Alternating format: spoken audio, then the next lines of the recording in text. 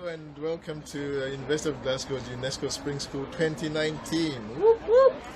My name is Tawana Stole. I'm part of the UNESCO RILA team at the University of Glasgow, and I'm just standing out here in the courtyard of the Heart of Scotland Community Centre, and I'm just going to have a chat with some of our attendees of this event and kind of get a flavour of how everyone is seeing the event. So, welcome, Sarah.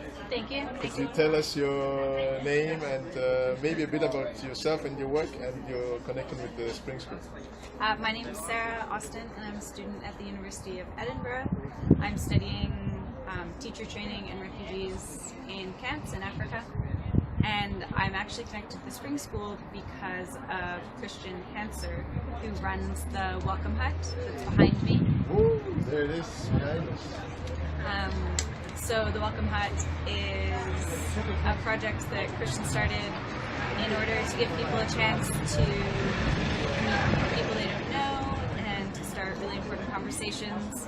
So I spent some time in there over the past 2 days, and we've talked about everything from Scottish idiosyncrasies to Aboriginal issues in Australia and Canada and institutionalized racism. And there's a bunch of musical instruments, which I'm not great on, something I've become aware.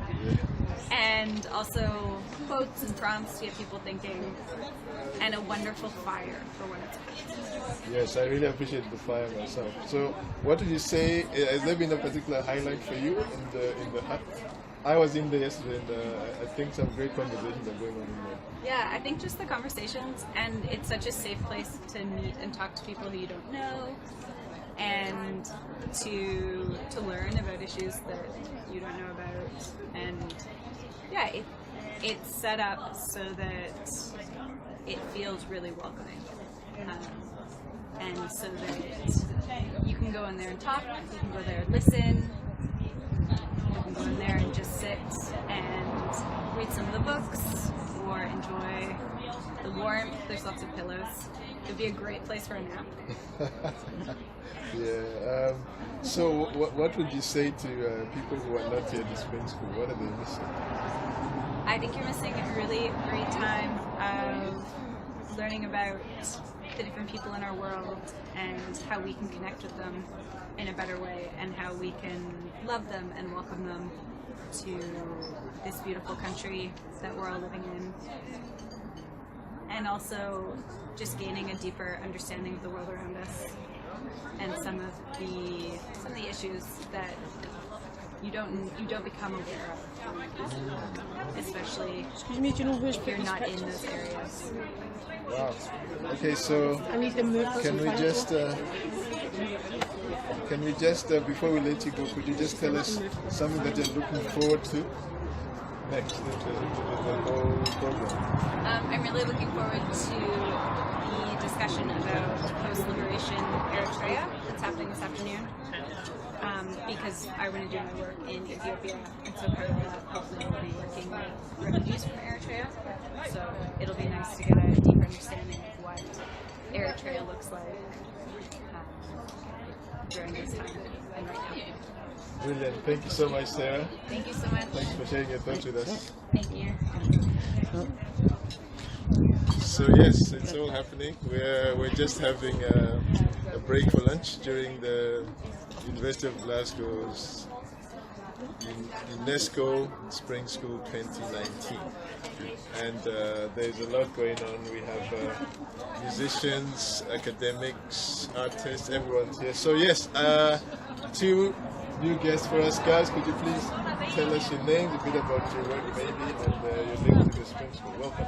Thank you. My name is Claire. I work for an organisation called ICSA, and Elaine and I have been working with a group of young women to write songs and pieces of theatre together.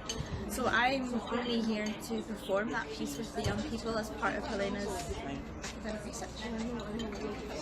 Yeah, I'm Helena. I'm a playwright and a poet, and like that's part of my PhD. So to make theatre with refugees and asylum seekers about missions. I actually saw the piece that you performed. It was a beautiful piece. I was really, I have so much to say about it, but I really enjoyed the music, the original composition, right? Yeah. Could you tell us a bit more about the process of how the songs, the melody, everything, how did everything start and come together? Yeah, so we held 4 intensive songwriting weekends where lots of young people came to YCSA, and we did lots of different exercises to spark creativity and spark ideas, from drawing around our hands to responding to images to writing letters, and from that we just patchworked pieces of lyrics together, and from there we have different ways of helping people think about melody and chords, and then the songs came together. We actually wrote the song and Helena worked with the girls to write the play completely separately, so it's just a coincidence that they work they work so well together. Yeah. So Helena, how did the script come together? Did you all... We like similar kind of process, so I worked with you guys for about like maybe a year and a half now, but just joining lots of different, like joining their songwriting process and poetry and stuff like that. And then we spoke about like narrative structure and playwriting and what they wanted to talk about, and then one day Maria Earhart came up and it just seemed like a really sort of fruitful model and blueprint for what they wanted to say. And then we pretty much wrote it over a weekend, and edited a little bit since, but Wow. I'm quite aware watching the play that there is more to what we're seeing. Like, the team seems to be very, very close. Is that something you've seen over working together? Because even the looks between the people performing, and even at the end, everyone sort of came together to acknowledge each other. It was a really beautiful thing to see. Could you tell us more about Yeah, so we've been a group. I started working with the young woman, I'd say it's almost 2 years ago, and I think that's something that we all need to really think about, is that longevity of relationships are so important. That would not have happened if we didn't have that year and a half before we even thought about writing music or theatre. And they call themselves the Sisters. Okay. And they've got a WhatsApp group called the Sisters, and we're the Aunties. So like, it's really So like, I'm somewhere in between. Yeah, I haven't sometimes. quite graduated. I'll so be like, the granddad. I've got white hair, so I can be some granddad. But they didn't know that those friendships weren't necessarily all there before they came together, but now they really are like very good Also to each other. between them.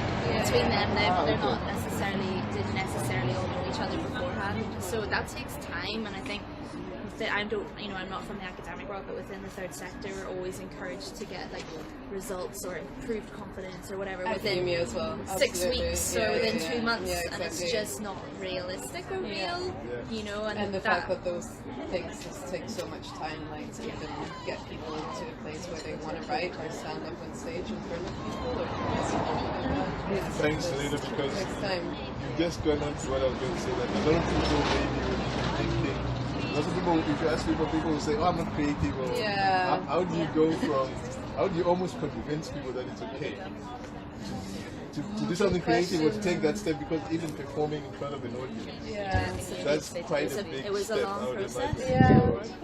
I think like everyone is creative and has something to share, and I think it's just reminding people of that on a pretty constant basis, like you do with yourself when you're a poet, right? That you're always like, no, it is important what I want to share, and I know that from my own process, I guess, that it's nice when someone is like, no, it matters what you have to say, like you specifically. So I think that was that for me, and then just never lose the joy of what that is, it's play and it's theatre and it's poetry and sung with words, and and I think that's one of the things It's I like always beautiful take singing, away. right? And the beautiful singing, exactly what I always take away from being with them is this like incredible positivity that they bring, and this like joy that they have with each other and with what they're doing, that kind of never goes away, no matter what is behind and what their experiences are. So and that's just learned so safety much net. from that. I think there's something around providing a process or a structure, a safety net. Be like, oh well, there's one thing we did where we just drew around our hands and wrote sister, brother, Yeah, mob. exactly. Yeah. And that turned into a song, and then it's like, oh right, that's all it is. Yeah, exactly. Letting Yeah. it be magical but totally normal. Yeah. And Yeah. totally interesting. Yeah, and the same with stories, right? You know, like everyone watching knows. series, and so you can always be like, okay, this is how narrative structure works. You Yeah. can go and do that. Yeah. So could you say something about what this space provides for you? You know, the spring school. There's a space for you to showcase your work or share it. Yeah, What would you say the space that gives that makes it be? you're quite into Well, I'm really new to this space, so for me, it's certainly it's more really about we've been. So you talked about how hard it is to get up and perform in front of people. Like we've been doing these types of kinder, supported performances for a while. This is the first time that we performed a play like it was. So for me, it was really important for the young women to have an audience in a space that felt welcoming and safe, and that people would genuinely be interested in. And so it's a time for them to grow in that confidence and to test it out in front of an audience. And for me, it was just really cool, just to be a part of it and to be able to watch that. So yeah, I come from a very lovely, Yeah. nice kind of situation. I think it's the same for me. Because we got like the last food, like last year, and it's just like so nice and nourishing. It's like You can take this and I will just. kind, and I like the mixing Because together. we're kind of like like sharing everything. We didn't get Okay. anything else. So this is what you can get for yourself. No, it's fine, something it's fine. good We're that good. can happen Yeah, I with mean, that, but it doesn't always need to be like talking the about bite, hard, probably this is the difficult last thing. issues in this like very set way, but like really great nothing from that. So for me, that's just nice and really nourishing and good for my heart. Oh, well, so well said. So, if there's one thing that you want to say to people, maybe make people feel bad for missing the event, what would you say to people who are not here? What are they missing? Should have been here. Yeah. Yeah. No, you missed. Come next time. Come next Joe. time. Yeah, Yes, come next time. please, That's We would come definitely- encourage you to come next time. It's nice for me to take a wee day out. Good people. Bit of fun. Thanks so much, guys. Thank you very much. Take care. See you soon. Bye. Bye. So yes, we as you can see, this is what's happening at the spring school. A great mix of people, and yes, now Flora, welcome. Hello, thank You want to tell us about your presence here, what you are presenting, and a bit more about what the spring school maybe means to you so far? Yeah, for sure. So I'm from this non-profit from Luxembourg called Spray Peas, and then we just held a small stencil making workshop. And basically what we're trying to do is to convey messages through art rather than through language. So really use art as a universal language beyond cultures, beyond language barriers, and so on. And we thought that the UNESCO Spring School is the perfect place to do that because it's a really intercultural context, and a very creative context as well. So we thought that would fit perfectly into the setting. Well, I like this idea of using art because there is so much about languages. Even here we've been discussing a lot about Exactly. languages, maybe the politics of languages and the difficulties that may bring up. So, is that something that you're finding your work is maybe more accessible? Exactly, that's really the first aim of our work, is to be as accessible as possible, because it started off just rather spontaneously, different artists coming together and wanting to share their passion, and they realized they didn't have a common language with their audience, or not necessarily, and they realized, well, they don't need that language, they could just communicate with their art, with their passion, and bridge any language gap that could happen. So yeah, it happened quite naturally, and that's where we realized it's a very powerful tool to avoid any tension that's related to language and to these hierarchies that exist when you use language above someone else that doesn't use that same language. Yes. So, what would you say are some of the experiences you've had that have been? Please speak about some challenging experiences, but also speak about some encouraging experiences as you are, trying to build up your work in the project. Well, I guess the encouraging ones are those especially when you work with children, because they're very gratifying. So like, if you just manage to, have this interaction with children without using any words, just movements and paintings and so on, just to see their satisfaction when they manage to get a nice image onto a wall, to see this like spark in their eyes, and to see like that without having to talk to the adult in front of them, they manage to do this really great thing. So that's really one of the very gratifying and very encouraging moments. It's what keeps us going, actually, what gives us this motivation. And I guess the challenge in it is this whole, say, like downtime where we're just like in the backstage planning the things, trying to apply for funding, get, you know, all the support that we need to build up projects. That's the eternal struggle. Exactly, that's the real struggle, because it's what we do is quite abstract and it's a bit difficult to explain if you haven't witnessed it, right? Yeah. So that's when we, at the beginning, were struggling to convince institutions to support what we're doing, because it was rather new, like it's a new form, it's often associated with, you know, vandalism and so on, and we're trying to use the same medium but in a very positive and very like new and accessible way.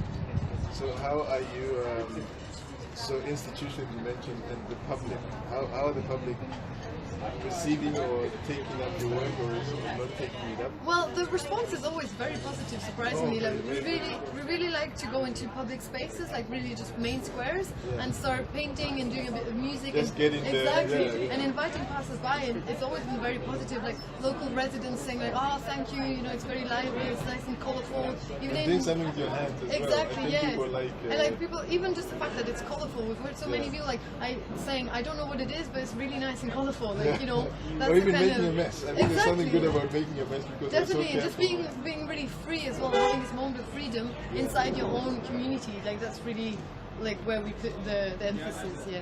Brilliant. So, would you like to say something about the spring school? Maybe what the space has offered you, or something. Has there been any highlights that you want to maybe bring up over the first day and a half that you've seen so far? Well, I think I enjoyed really a lot of it, and what was really interesting is to see how all the topics overlap, or they all link into each other. So like there was a workshop in the morning about culture and languages and how you can make, you know, cultural mistakes in a sense. You can, you know, exactly, you can do some moves that in a certain culture it means one thing, in another culture it means another thing, and that really tied in really well with what we're doing and trying to like avoid these, say, cultural mistakes.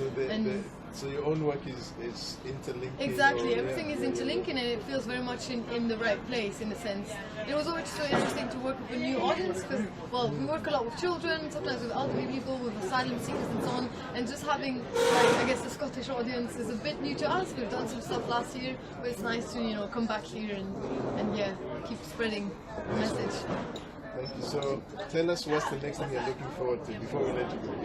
Well, I guess just the afternoon program. I'm looking forward to going back into the position of a listener and then hearing all the input that people are giving us. Yeah. Brilliant. Thanks so much for thank you too. Yes. And I look forward to coming and messing my hands later. Yes, you should definitely do it. Nice and colourful. Thank you. Thank you. So yeah, there you have it. We're just hearing different views from some. Yay! And now we have Ian.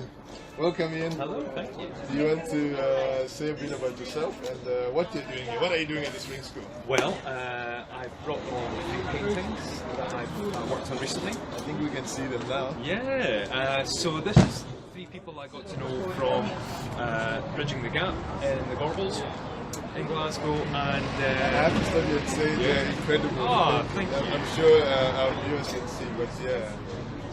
Please continue. Yeah, so I'm doing a bit of a creative exploration around rites of passage when people get refugee status, and exploring what that means for people, looking at what ritual looks like in different cultures, with births, marriages, death, and how can we apply some of those principles to this kind of rite of passage as well.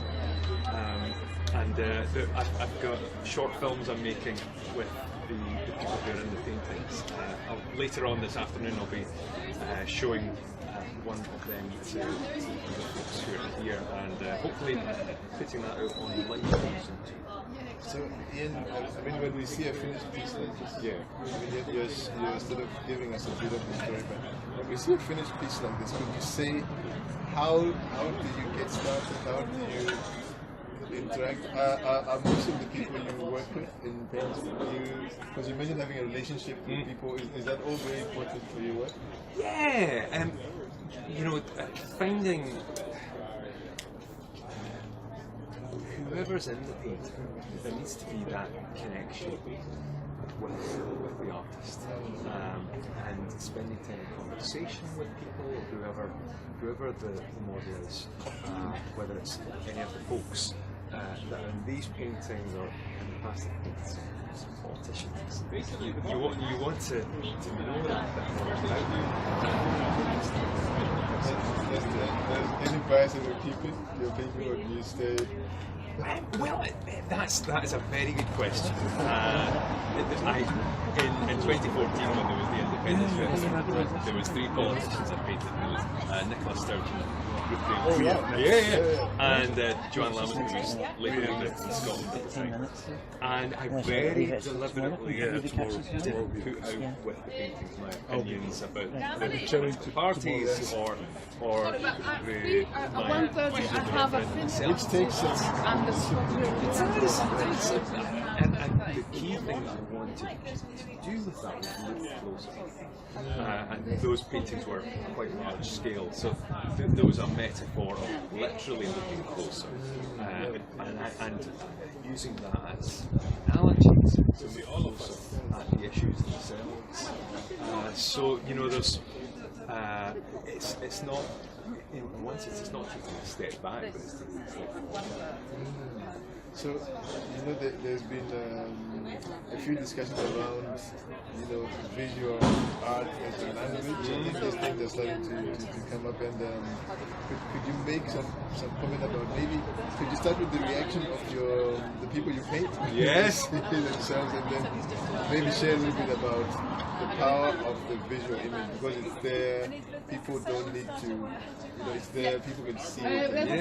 Yeah. When models are painted, there's a mixture of reactions. In one sense, people find it an odd idea, almost like doing your voice recording, seeing yourself being taken. It's a strange thing. But on the other hand, there is a sense in which when you paint someone's portrait, there is a dignity that comes with I guess that's some responsibility. Yes, it really is. It really is. There was a painting we did with 13 guests of the Glasgow City Mission, all men who experienced homelessness, and it was commissioned to paint in a church. And a lot of these men being visible to so many people in society, and actually making them very visible, and this paintings are permanent display makes the power of So do you want to comment more about the spring school itself, maybe something that has caught your eye or really kind of inspired you in what you've seen so far? Yeah, absolutely. Just before lunch there was a performance by a young woman, which was breathtaking, absolutely breathtaking. And then straight after that, there was a workshop in which all the people assembled, for 20 minutes, wrote a song together. I'd never seen a group write a song, and certainly not speed. Lyrics came together, melody came together as a collaborative process. It's very exciting. It's incredible to see that energy in the group. It's amazing. So Ian, before I let you go, could you please tell people why they should come to the spring school? Don't make the mistake that I did. I waited too long to book into spring school and didn't get a ticket for Wednesday. It books up fast, you've got to get in quick for next year. So there you have it. Make sure you book in early. We want to see you all in 2020. So that's all from us here at the University of Glasgow's UNESCO Spring School 2019.